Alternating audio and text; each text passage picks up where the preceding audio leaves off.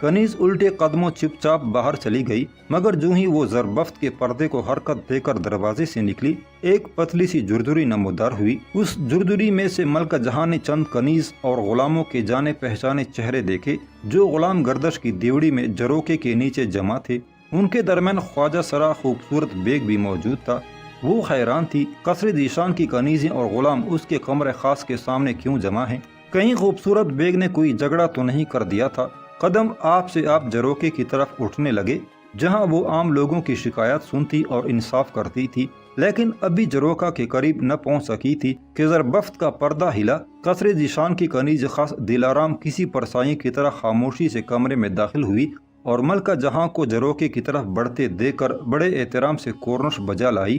یہ شرف صرف دلارام کو حاصل تھا، وہ ملکہ جہاں کے کمرے خاص میں بھی داخل ہو سکتی تھی۔ دلارام تو؟ ملکہ کے قدم رنگین و منقش قالین پر رکے۔ جروکا کی دوسری سمت خوبصورت بیگ بھی کنیزوں اور غلاموں کے ساتھ نظر آ رہا تھا۔ اچانک بلند آواز آئی، دہائی ہے، ملکہ جہاں کی دہائی ہے۔ ملکہ نے چونک کر جروکے کی طرف دیکھا، پھر دلارام سے مخاطب ہوئی، کیا بات ہے دلارام؟ یہ کنیزیں اور غلام کس کے ظلم کی فریاد لے کر آئے ہیں؟ خوبصورت بیگ کیا چاہتا ہے؟ کچھ عرض کرنے سے پہلے کنیز جان کی امان چاہتی ہے ملکہ عالم۔ یہ الفاظ سن کر ملکہ دنگ رہ گئی، کیونکہ اس قسم کے الفاظ عموماً اسی وقت سنائی دیا کرتے تھے جب کسی بڑے آدمی کی شکایت مقصود ہوتی۔ ملکہ اسے امان دے چکی تو دلارام نے بتایا، شہزادہ عالی نے قصر ذیشان کے تمام خدمتگاروں اور کنیزوں کو اپنی ملازمت سے برطرف کر دیا ہے۔ یہ نمک خوار غلام اور وفادار کنیزیں حضور سے پوچھنے آئے ہیں، اب وہ کیا کریں، کہاں جائیں؟ ملکہ کے ذہن پر جیسے ہتھوڑے کی ضرب پڑی، چہرے پر کرب و اذیت کے آثار نمودار ہوئے اور حیرت زدہ لہجے میں بولی، کیا تمہیں بھی؟ جی ہاں، ولی عہد نے کنیز کو بھی اپنی حاضری سے سبکدوش کر دیا ہے۔ کوئی سبب؟ انہیں کنیز پر اعتماد نہیں رہا۔ لاچی خان کہتا ہے میں شہزادہ عالی کی بدخواہ ہوں۔ ہوشیار کنیز نے لاچی خان کا نام انتہائی مناسب موقع پر استعمال کیا تھا، جسے سنتے ہی ملکہ جہاں بڑک اٹھی اور انتہائی نفرت سے بولی، آج ہم کئی مرتبہ لاچی خان کا نام سن چکے ہیں۔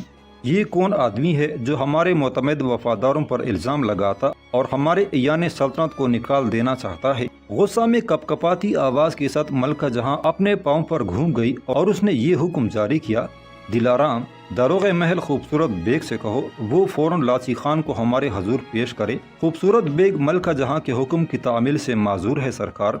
ملکہ نے شعلہ بار آنکھوں سے دلارام کی طرف دیکھا، لیکن اس سے پہلے کہ ملکہ کچھ کہتی اس نے فوراً وضاحت کر دی، شہزادہ علی کے حکم سے لاچی خان نے خوبصورت بیگ کو داروغ محل کے عہدے سے معزول کر دیا ہے، اب اس کی جگہ نیا آدمی کام کر رہا ہے۔ یہ اطلاع گویا اونٹ پر آخری تنکا ثابت ہوئی اور ملکہ جہاں نے جوش غصہ میں اس طرح پاؤں فرش پر مارا جیسے اس نے لاچی خان کے قتل کا حکم جاری کر دیا ہو۔